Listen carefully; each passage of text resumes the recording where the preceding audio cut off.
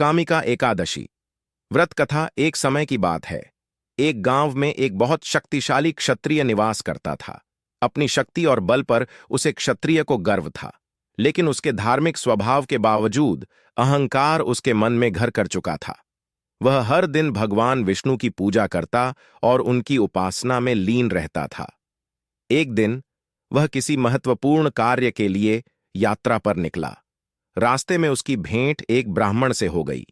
दोनों में किसी बात पर विवाद हो गया, जिसके बाद क्षत्रिय ने ब्राह्मण के साथ हाथापाई शुरू कर दी। ब्राह्मण अपनी दुर्बलता के कारण क्षत्रिय के आघात को सहन नहीं कर पाया और उसकी मृत्यु हो गई। ब्राह्मण की मृत्यु से क्षत्रिय हक्का बक्का रह गया। उसे अपनी गलती का एहसास हुआ और वह बहुत पछताया। उसकी यह स्थिति गांव में चर्चा का विषय बन गई। क्षत्रिय युवक ने गांव वालों से क्षमा याचना की और ब्राह्मण का अंतिम संस्कार खुद करने का वचन दिया, लेकिन पंडितों ने अंतिम क्रिया में शामिल होने से इनकार कर दिया। तब उसने ज्ञानी पंडितों से अपने पाप को जानना चाहा, तो पंडितों ने उसे बताया कि उसे ब्रह्म हत्या दोष लग चुका है, इसलिए हम अंतिम क्रिया के ब्राह्मण भोज में आपके घर भोजन नहीं कर सकते हैं।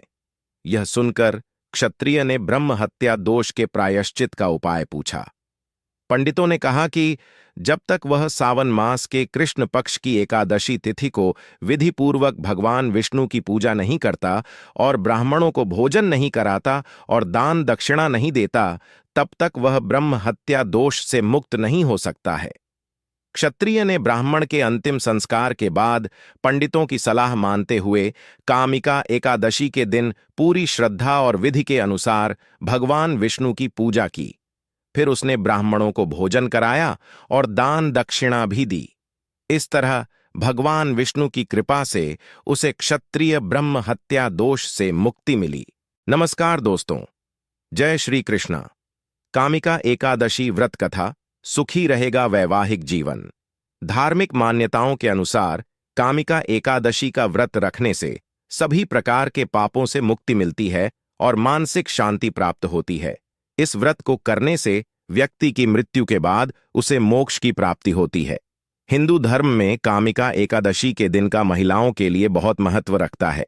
यह दिन भगवान विष्णु को समर्पित है। इस दिन भगवान विष्णु की विधि विधान से पूजा करने पर विशेष कृपा प्राप्त होती है। भगवान विष्णु की पूजा अर्चना के लिए इस बार सावन माह की पहली एकादशी कामिका एकादशी 21 जुलाई दिन बुधवार को मनाई जा रही है। इस व्रत को करने से लोगों को सभी पापों से छुटकारा मिलता है और वैवाहिक जीवन में खुशियों का आगमन होता है। इस व्रत की पूजा के दौरान का पाठ अवश्य करना चाहिए। कामिका एकादशी का महत्व। पौराणिक कथा के अनुसार अर्जुन ने एक बार श्री कृष्ण से कहा कि हे प्रभु, मैंने आषाढ़ माह के शुक्ल पक्ष की देवशयनी एकादशी का सविस्तार वर्णन सुना। अब आप मुझे सावन मास के कृष्ण पक्ष की एकादशी की कथा सुनाने की कृपा करें। इस एकादशी का नाम क्या है? इसकी विधि क्या है? इसमें किस देवता का पूजन होता है?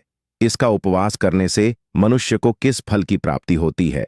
भगवान श्री कृष्ण ने कहा कि मैं सावन माह की पवित्र एकादशी की कथा सुनाता हूं, ध्यानपूर्वक श्रवण करो। एक बार इस एकादशी की पावन कथा को भीष्म पितामह ने लोकहित के लिए नारद जी से कहा था।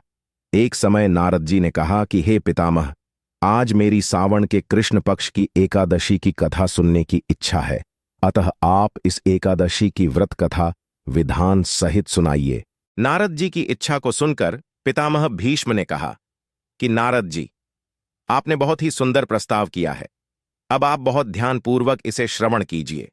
श्रावण माह के कृष्ण पक्ष की एकादशी का नाम कामिका एकादशी है। इस एकादशी की कथा सुनने मात्र से ही वाजपेय यज्ञ के फल की प्राप्ति होती है। कामिका एकादशी के उपवास में शंख, चक्र, गदाधारी भगवान विष्णु का पूजन होता है। जो मनुष्य इस एकादशी को धूप, दीप, नैवेद्य आदि से भगवान विष्णु की पूजा करते हैं, उन्हें गंगा स्नान के फल से भी उत्तम फल की प्राप्ति होती है। सूर्य ग्रहण और चंद्र ग्रहण में केदार और कुरुक्षेत्र में स्नान करने से जिस पुण्य की प्राप्ति होती है, वह पुण्य कामिका एकादशी के दिन भगवान विष्णु की भक्तिपूर्वक पूजा करने से प्राप्त हो जाता है। भगवान विष्णु की श्रावण माह में भक्तिपूर्वक पूजा करने का फल समुद्र और वन सहित पृथ्वी दान करने के फल से भी ज्यादा होता है। व्यथिपात में गंडकी नदी में स्नान करने से जो फल प्राप्त होता है, वह फल भगवान की पूजा करने से मिल जाता है। संसार में भगवान की पूजा का फल सबसे ज्यादा है। अतः भक्तिपूर्वक भगवान की पूजा न बन सके तो श्रावण माह के कृष्ण पक्ष की कामिका एकादशी का उपवास करना चाहिए।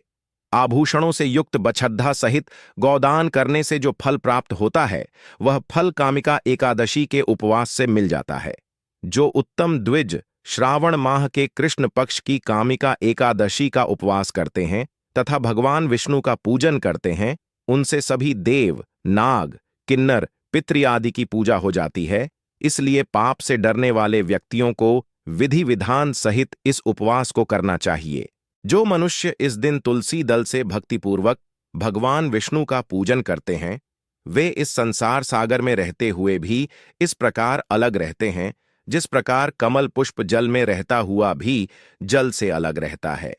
तुलसी दल से भगवान श्रीहरि का पूजन करने का फल 1 बार स्वर्ण और 4 बार चांदी के दान के फल के बराबर है। भगवान विष्णु रत्न, मोती, मणि आदि आभूषणों की अपेक्षा तुलसी दल से अधिक प्रसन्न होते हैं। जो मनुष्य प्रभु का तुलसी दल से पूजन करते हैं, उनके सभी पाप नष्ट हो जाते हैं। तुलसी जी के दर्शन मात्र से मनुष्य के सभी पाप नष्ट हो जाते हैं और शरीर के स्पर्श मात्र से मनुष्य पवित्र हो जाता है। तुलसी जी को जल से स्नान कराने से मनुष्य की सभी यम यातनाएं नष्ट हो जाती हैं।